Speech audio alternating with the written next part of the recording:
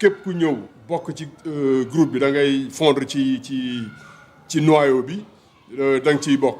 Mamadou il a montré keroog d'excellente qualité ci match bi mu def ci match bu metti contre Égypte suñu rival demi-finale mu dugg fekk gars yi ne dañuy war suñu kaw malgré son manque d'expérience au niveau de la CAN. Je dis bien expérience au niveau de la CAN. Il a assuré. Antoine mu ngi joué Conference League en Europe. Nice est qualifié en Conference League. Il joue à des niveaux. Il joue dans la Ligue 1 française. am na niveau gars yi. C'est à lui maintenant d'être tranquille, d'être bon. Et j'espère que vraiment ils seront un peu appuyés par l'expérience de Gana, qui sera à leur côté pour les calmer, pour les tranquilliser, pour les rassurer. Et ñu def seen match. Et tout dépend des premiers duels yi ngay am. Le premier duel yu muy am face à Brahim Diaz. S'il est comme El Hadj Malick, s'il est au contact du gars tout de suite, bañ ko may fu mu jëlee de la vitesse, il peut faire un bon match parce que ñooñu ñëpp bal bi dañ koy laaj seen tànk gestu. C'est pas des gens qui vont dans la profondeur pour te faire des courses dans ton dos. Aussi bien Brahim Diaz que El Zalzouli ñoom ñëpp dañu bëgg bal bi téye ko door la gestu. Loolu nag moo gën a neex a défendre soo bañee am coono waa ji jamais bu mu def benn pas. bu ko may mu tourner bu ko téyee rek du tourner fu mu wëlbatiku dal sa kaw.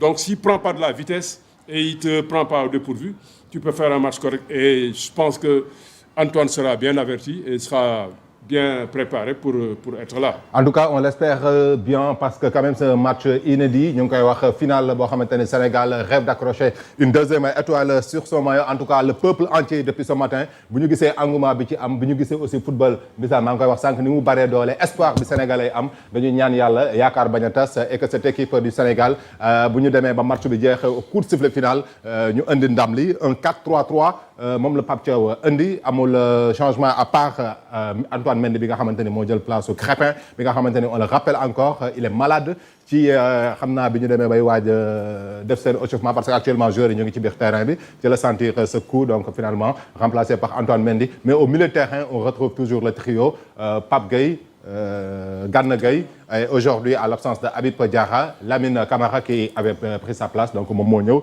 le trio du milieu de terrain sénégalais donc loolu mooy ne change pas à l'attaque aussi il y a pas de changement Nicolas Jackson à la pointe Sadio et Iliman Ndiaye sur les côtés donc c'est ça le 11 officiel du Sénégal Alain Bissane ban lecture nga ci bon lecture bu njëkk mooy final doonul li nga xam ne ni dañ koy football kese mais dañ koy gagner ak 11 bu mun a aligner. L'objectif toujours mooy gagner finale bi Crépin l'absence de Crépin c'est un coup très dur pour l'équipe nationale. Mais nañ jàpp ne aussi Antoine Mendy c'est peut-être son jour de gloire. Comme c'était le jour de gloire de Mamadou Sarr la fois passée donc il est jeune te Crépin aussi peut-être dafa sonn na parce que course yu mu def. il a beaucoup donné Crépin aussi ci kan mun na doon un atout. mun na doon du 109 en défense en alignant des jeunes comme Mamadou Sarr comme Antoine Mendy mais aussi faut s'attendre à ce que Maroc sollicité bu baax a baax suñu flanc droit bi. parce qu'il se doure un peu en l'absence de Crépin avec un jeune joueur qui vient de démarrer donc dinañ fa jéem a tenter lu bëri. donc suñu milieu terrain aussi dafa war a vigilant ci côté boobu. assurer la couverture jàppale Antoine bu baax a baax daal di ko booster parce que c'est quand même une finale match bu gën a important ci dundam lay football tey. pour un jeune parce que musul football match bu am dayo nii donc mais je pense qu'il a été préparé mentalement. solidement donc xam naa ne dina tirer son épingle du jeu parce que les doyens sont là dinañ ko gunge et tout. donc man lu may wax rek mooy une finale ça se gagne donc xam nañ yoon bi c'est la troisième fois en 4 éditions ñuy dem finale donc xam nañ yoon bi on est assez expérimenté pour tenir tête à cette équipe. Heureusement que Gana et Sadio Mané sont là pour booster ces jeunes-là doyen Assane Sène le Maroc aussi qui évolue en 4-3-3 dama gis léegi d'habitude Brahim Diaz ci côté droit bi la doon gën a nekk mais tey gis naa ni que ni en tout cas pour démarrer le match il a préféré se mettre sur le flanc gauche est-ce que nekkul aussi ce changement de dernière minute wala tey daf ne que ni comme Crépin nekku fi c'est un ku bees la ñu indi xaaral ma tenter côté boobu noonu comme ça ma am dara.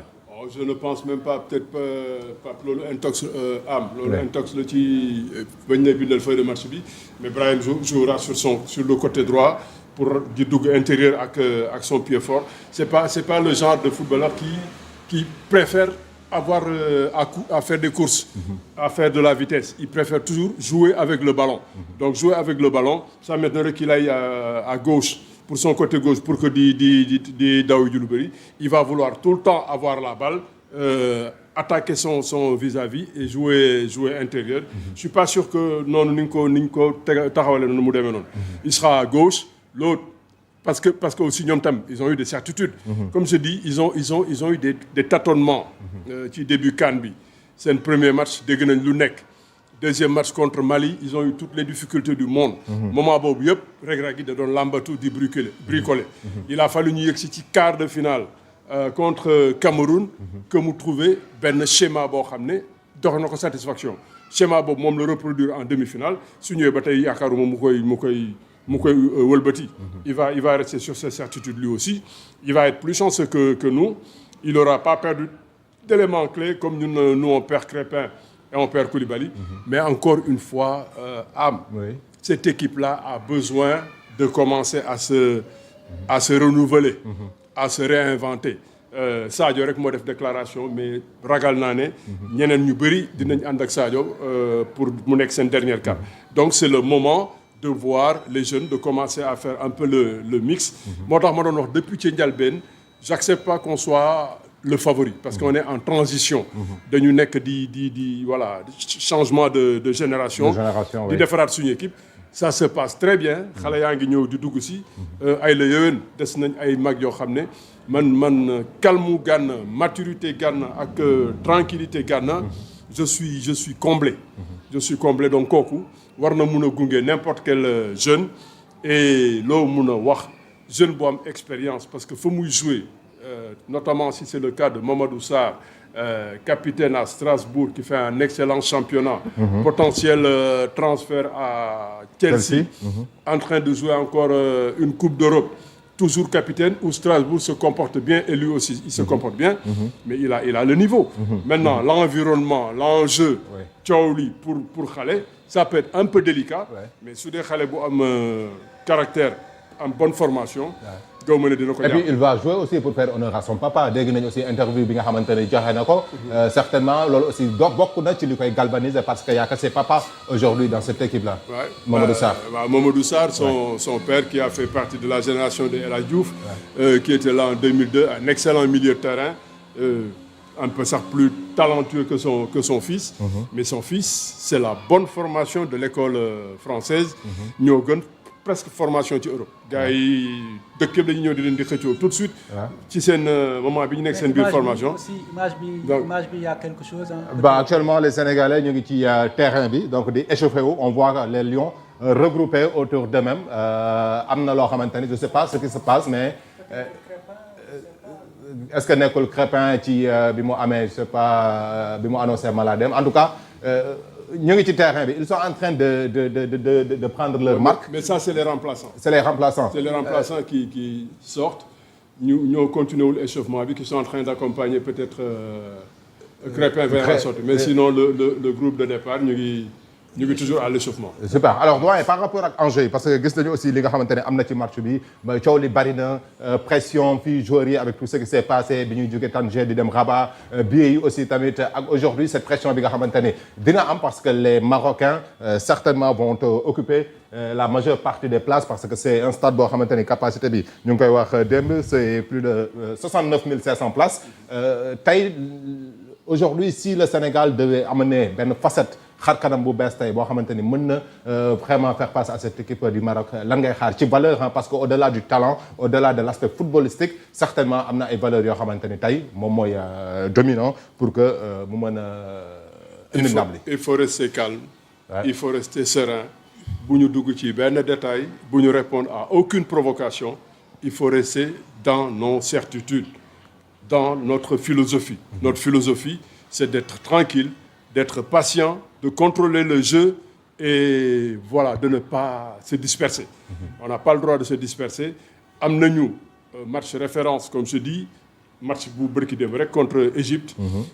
Discipline tactique boobu ñu am ak rigueur boobu ak extrême volonté à la perte du ballon de tout de suite se replacer et être prêt à défendre à 11. On va continuer sur ça.